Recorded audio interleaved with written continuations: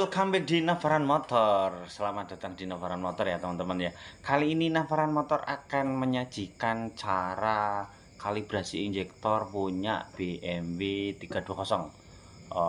Penting ya teman-teman ya untuk membersihkan injektor itu supaya apa? Supaya tarikannya mobil itu menjadi wus lagi. Oke, stay tune di Navaran Motor ya. Tetap pantengin terus, jangan sampai ketinggalan biar mendapat info-info menarik tentang dunia otomotif di Navaran Motor. Simak videonya. Halo teman-teman, jumpa lagi di Navaran Motor ya. Kali ini Navaran Motor akan membagikan video cara pembersihan injektor BMW 320 ya teman-teman ya. Jadi injektornya itu sudah lama sekali ya nggak kita bersihkan ya. Jadi untuk soketnya kita membuat secara manual ya teman-teman. Jadi dua soket yang ada pada injektor tersebut kita langsung kasih arus plus minus sama aki ya teman-teman ya. Jadi supaya injektornya bisa buka tutup, kita tinggal menggerak-gerakkan negatif baterai ya teman-teman ya. Nah seperti itu ya caranya ya, tinggal kita menggerak-gerakkan aja ya, tik tik tik tik. Itu nanti sambil kita menyemprotkan cairan karbon clean, itu secara otomatis cairan karbon clean akan membersihkan kerak-kerak yang ada pada di apa namanya injektor itu sendiri ya teman-teman. Nah seperti ini ya. Tinggal kita tembak aja teman-teman. Nempel terus. Nah kalau sudah nggak kencing lagi, berarti itu menandakan injektornya bekerja bagus ya teman-teman ya. Mohon maaf nih untuk alatnya kita masih sederhana ya, karena kita tinggal kampung ya teman-teman. Hehehe. Untuk injektornya jumlahnya ada 6 buah ya teman-teman, karena mengacu pada konfigurasi 6 silinder ya teman-teman. Nah awal pertama pasti dia agak kencing, tapi lama kelamaan dia akan menyemprot secara beraturan ya teman-teman ya. Ini menunjukkan bahwa kerja injektor sangat bagus sekali ya teman-teman ya. Nah seperti ini ya teman-teman ya. Ini berlaku di semua model injektor yang seperti ini ya teman-teman. Kalau yang tipe-tipe untuk seri N itu kayak mesin diesel ya teman-teman ya, dan itu saya belum tahu atau belum pernah membersihkan secara manual ya, mungkin ada alatnya khusus ya.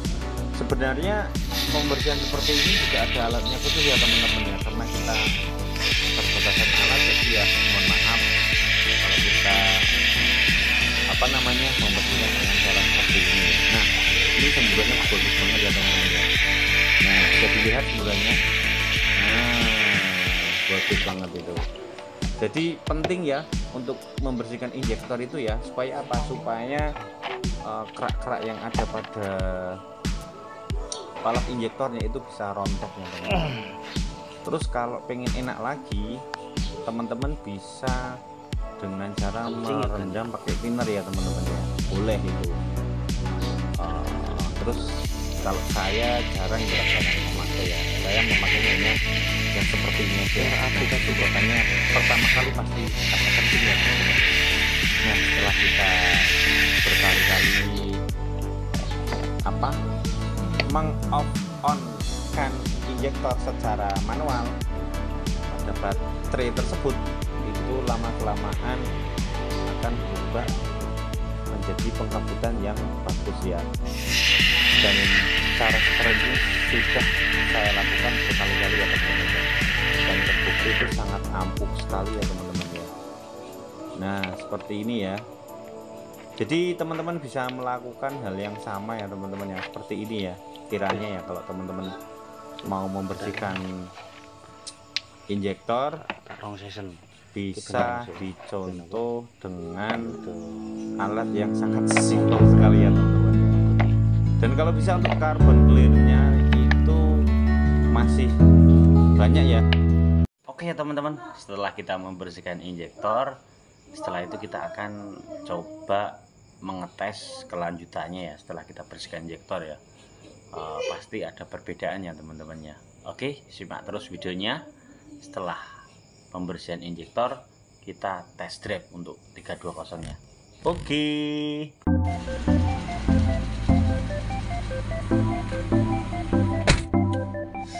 Selamat siang Mas. Kita mau coba E36 yang habis ganti di sana.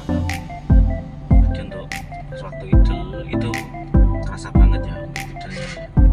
Kerasa dalam artian kayak nggak normal. Jadi idlenya tuh naik turun tapi sedikit banget. Di setir nggak kerasa. Ini juga tadi habis pembersihan injektor. Coba seperti apa rasanya, ada perbedaan apa enggak gitu ya Mas ya. Kerasa Mas, mundurnya aja udah kerasa. Apalagi nanti nganu ya bajunya ya, apa ya.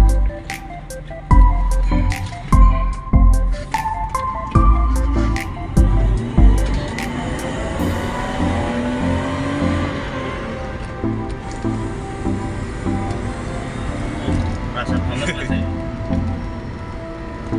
Kerasa banget padahal kita tadi cuma membersihkan injektor. Nah, jadi buat teman-teman yang injektornya lama nggak dibersihkan, nah, nggak ada salahnya kalau apa namanya kita cek.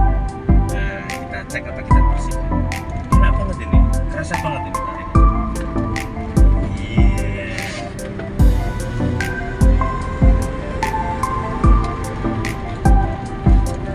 Mobil tua tapi ya masih enak ya Mas ya. Iya. Ini kita pakai AC, masih enak ini pakai AC juga. Powerful.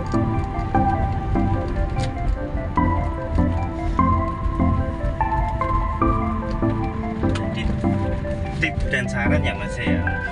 Dulur masing-masing boleh Mas. Dulur apa Mas? Boleh dua-duanya. Ya, boleh.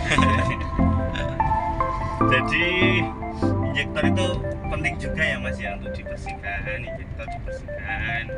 Nah, caranya gimana? Caranya nanti kita spill di video selanjutnya, cara pembersihan injektor buat E36. Nanti saya buatkan video yang bagus biar supaya dengan tahu cara pembersihan. Kemarin tuh lemot Mas, kemarin Mas. Ini kerasa banget ini bener. Ya karena mobil sudah lama ini ya Mas ya, tidak pernah di check up untuk injektornya. Paling kemarin ya servis, pembersihan busi, pembersihan air filter, pembersihan fuel filter. Nah, injektornya tuh biasanya yang rada-rada apa namanya malas bongkarnya, karena itu ya sebenarnya sih bongkarnya gampang, cuman kadang kelupaan. Bukan kelupaan, mekaniknya malas kalau nggak dikasih info Mas injektornya dibersihkan sekalian. Nah soalnya kan untuk pembersihan injektor itu kan kena cas sendiri ya Mas ya, nggak ikut kita apa jasa tune-up. Jadi itu maksudnya di apa namanya tune-up plus. Jadi kalau tune-up plus itu meliputi pengecekan busi, pengecekan oli rem, oli transmisi, oli gardan, oli mesin, oli power steering kalau masih pakai oli power steering, terus cek air aki, cek kondisi injektor seperti apa, itu perlu masih dicek semuanya. Jadi biar mobil kita itu fit, siap untuk melakukan perjalanan jauh. Nah sama jangan lupa juga cek radiator. Nah, sebelum kita bepergian, kalau tidak kita harus cek radiator, karena untuk mobil tua-tua ini E36 ya termasuk mobil tua ya Mas ya. Keluaran tahun 90 itu suka pada ini selang-selangnya suka pada dan mesti diperbaiki atau diganti, dicek sering-sering aja, cek untuk cooling sistemnya, terus viskonya juga, karena ini kan masih pakai visko fan-nya kita sering juga cek. Nah, kalau viskonya lemah bisa diinjek ataupun kita bisa ganti viskonya. Kalau yang pakai visko biasanya teman-teman udah pada diganti ya, ganti electric fan atau yang bawaan E36M43 itu memang dia asli electric fan ya, monggo, ada kurang lebihnya sih. Nah, kalau electric fan itu tarikannya lebih enak dibanding yang pakai visko, tapi kalau saya masih pakai standar aja. Jadi monggo kalau mas-masnya mobilnya butuh perawatan, servis, injektor atau servis plus, nah, kita bisa eksekusi. Tambah enak ya tariannya. Enak mas tariannya mas, beda sekali mas. Iya. Sebelum dibersihkan itu beda sekali.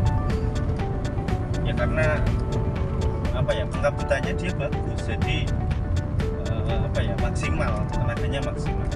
Ada yang menyumbat. Kalau menyumbat iya teman. Tadi ini ya mas ya, kencing, nyetornya tuh kencing, jadi kurang bersih, kurang lancar lah. Karena kurang ada lemot, Kurang sempurna berarti kok ya pengkabutannya. kurang bagus mas kalau injektornya kencing itu. Ini enak banget, responsif.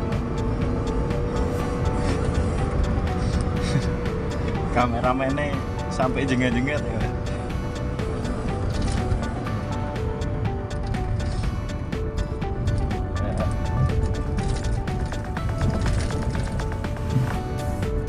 Ya pun mobil tua masih enak dipakai ini ya, kenceng ya mas ya. Iya.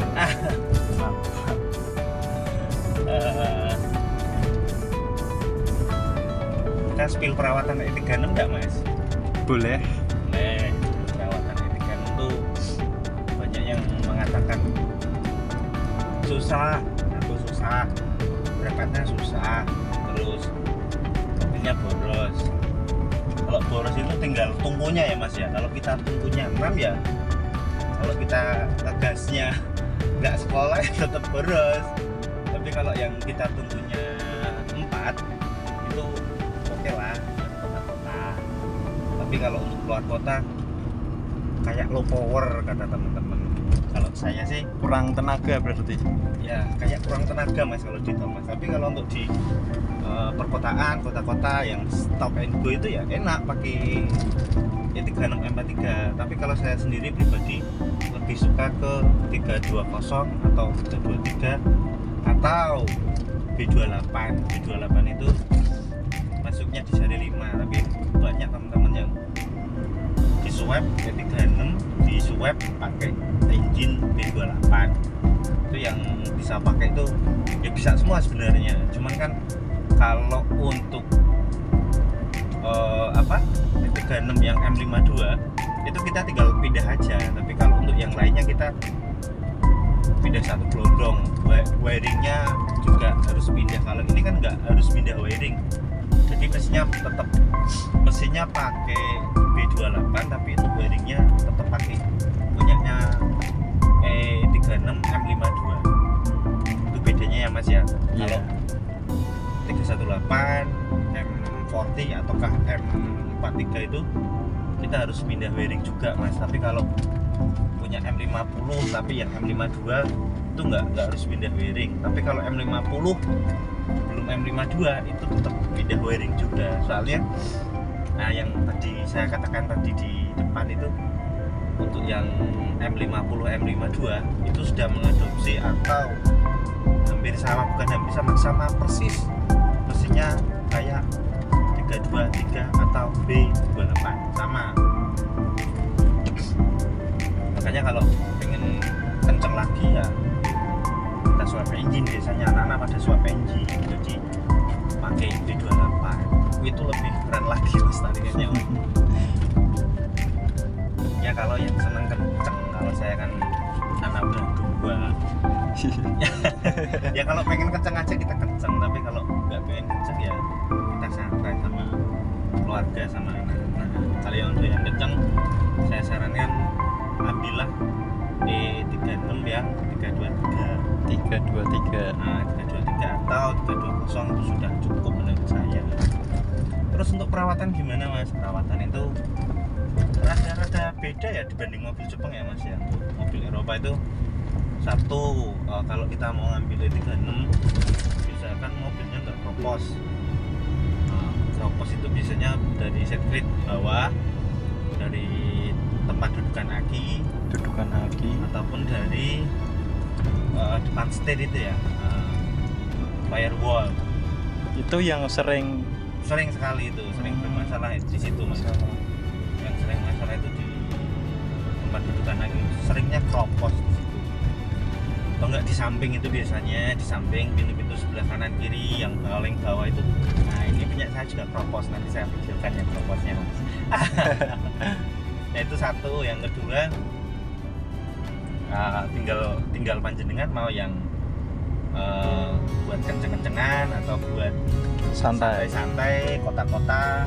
Itu ada 2 pilihan Mas, bahkan 3 pilihan. M40, E36 M40 mesinnya masih kayak sama mesin E30 sama E36 M43, terus ada lagi E36 M50, terus ada M52.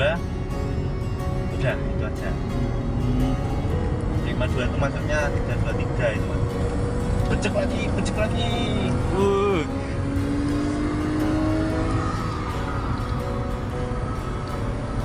Ya habis pembersihan injektor ya Mas ya.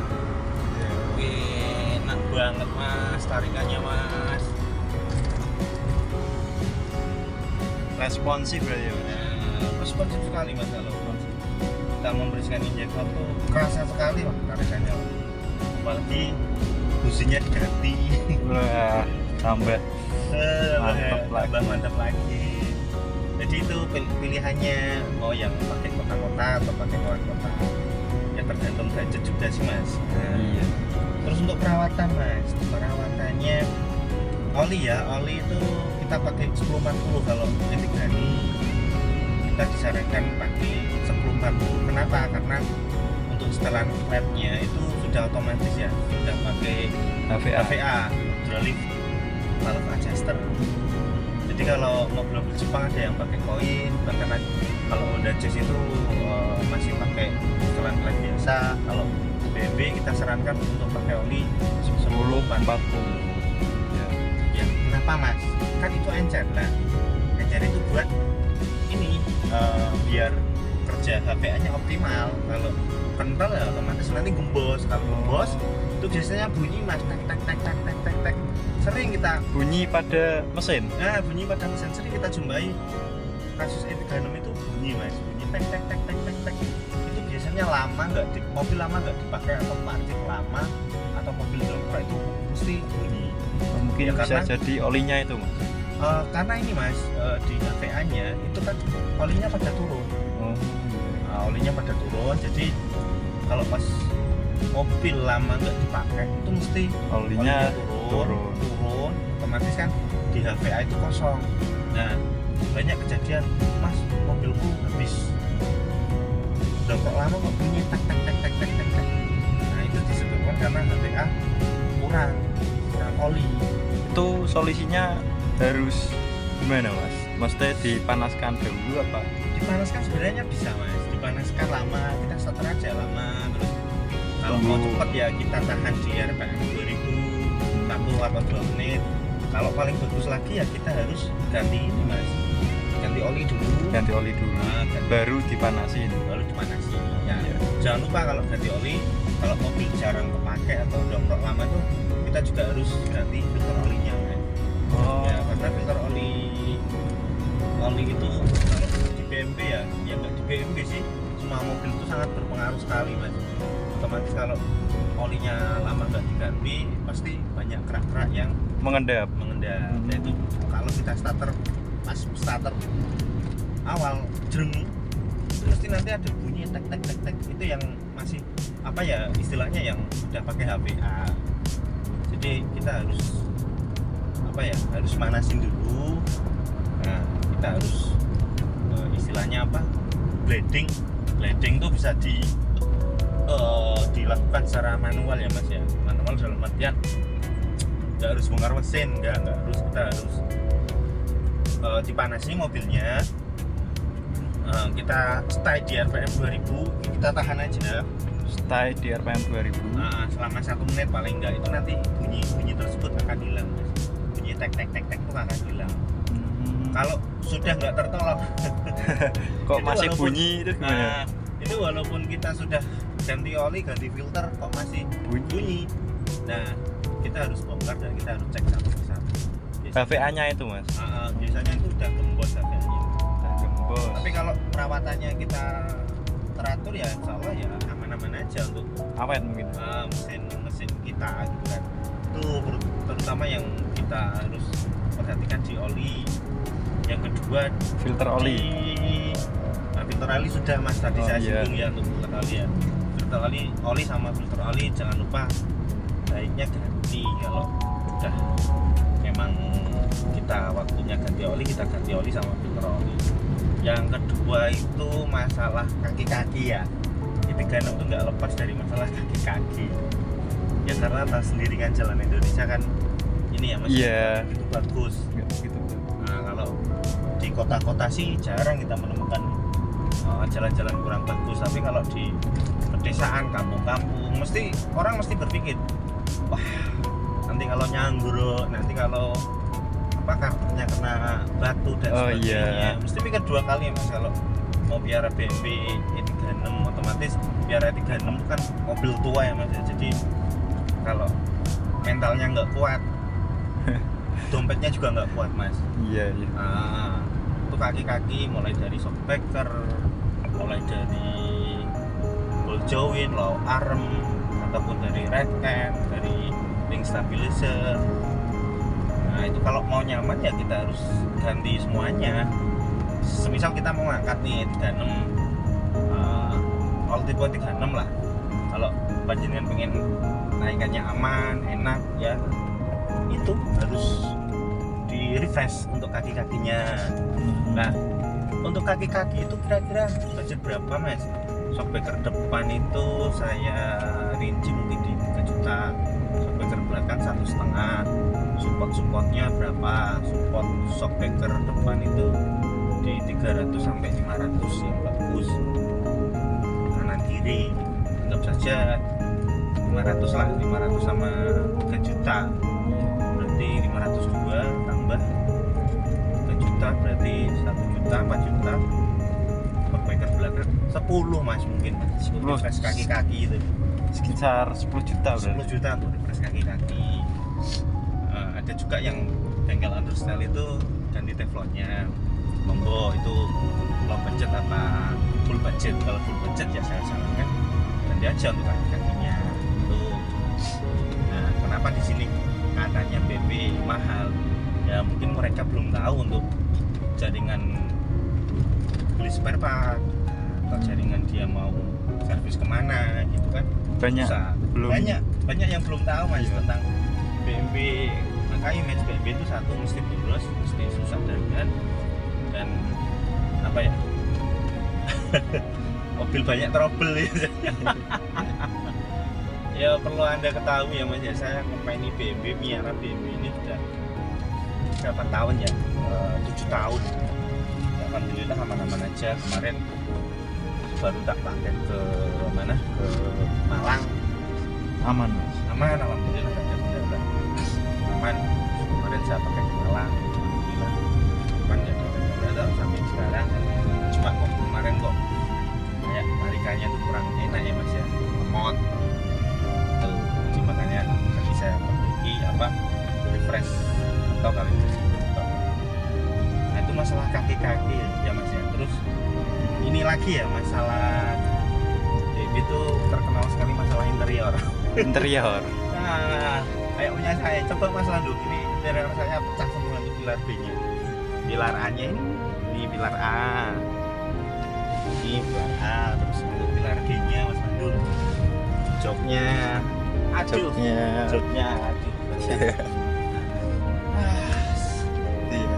Nah itu ya poin-poin yang perlu Anda ketahui untuk pilar A, pilar B itu kebanyakan BMW jarang sekali yang masih utuh, jarang sekali masih utuh. Soalnya juga mobil udah tua ya Mas. Udah tua, terus karena BMW itu pakai bahan daur ulang ya Mas ya, di sana bisa daur ulang, maksudnya yang bisa didaur lagi gitu. Makanya untuk interior BMW itu ya seperti ini nggak kuat kalau dibandingkan interior mobil-mobil Jepangan gitu kan ya, karena regulasi di sana dia pakai part yang bisa didaur ulang, makanya part-partnya itu kalau sudah umur mesti Mas nggak awet tuh. Terus apalagi teman-teman, kilometer.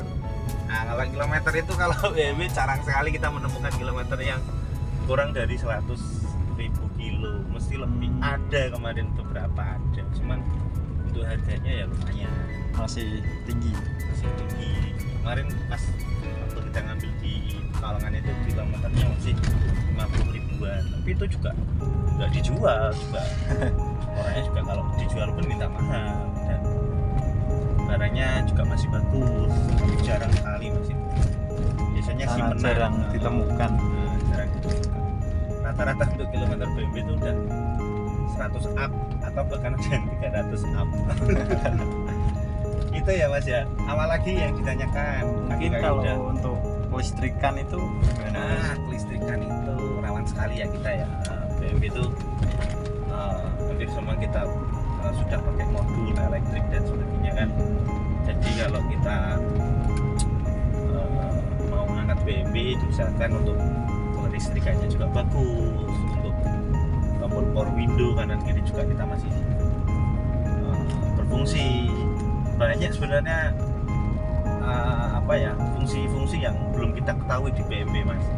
Dari power window kalau kita kunci bisa naik sendiri, dari auto dim, ini auto dim Mas, ada auto dimnya, jadi ini ada sensornya. Kalau kita didim dari belakang itu biar nggak silau. Nah ini nggak silau kalau didim dari belakang. Coba jenengan bayangkan, Jepang apa udah ada yang pakai auto dim? Nggak ada kayaknya. Tahun segitu loh Mas. Tahun segitu nggak ada. Kalau mungkin sekarang mungkin ada, tapi jarang. Ada pun tapi jarang. Nah, coba bayangkan dengan tahun 96 aja udah pakai auto dim, udah ada safety-nya ya, ada airbag, double protection malah ya, airbag double. Sama sabuk pengaman ya, protection. Jadi untuk BMW itu ya kalau mau dibilang mahal ya mahal, kalau dibilang murah ya murah, dibilang boros ya boros, dibilang enggak ya enggak. Tergantung kaki sebenarnya sama tungku yang kita naiki. Kalau tungkunya gede otomatis ya boros, tapi kalau tungkunya kecil ya otomatis ya irit. Ya tergantung sih, tapi rata-rata kalau udah pakai BMW itu dia nggak mikir boros atau irit Mas. Ya karena apa? Dia terbayar dengan kenyamanan mengemudi, kenyamanan akselerasi, kenyamanan waktu dia berpacu dengan RPM.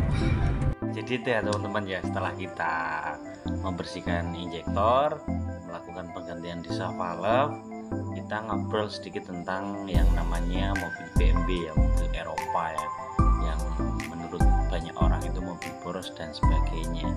Menurut saya itu ini ya, apa yang mereka katakan itu belum tentu benarnya ya. Kalau mereka belum benar-benar merasakan ya, jargon BMW itu apa ya namanya ya, driving ultimate. Jika kamu pengen mendapatkan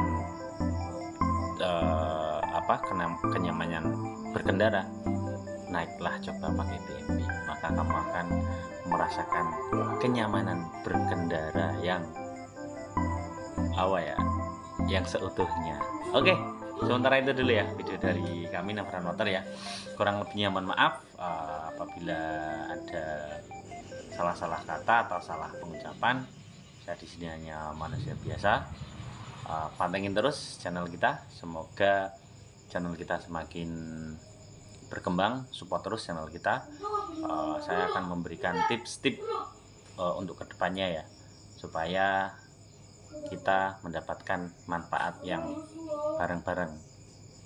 Tonton terus di Navara Motor. Dadah, sampai jumpa.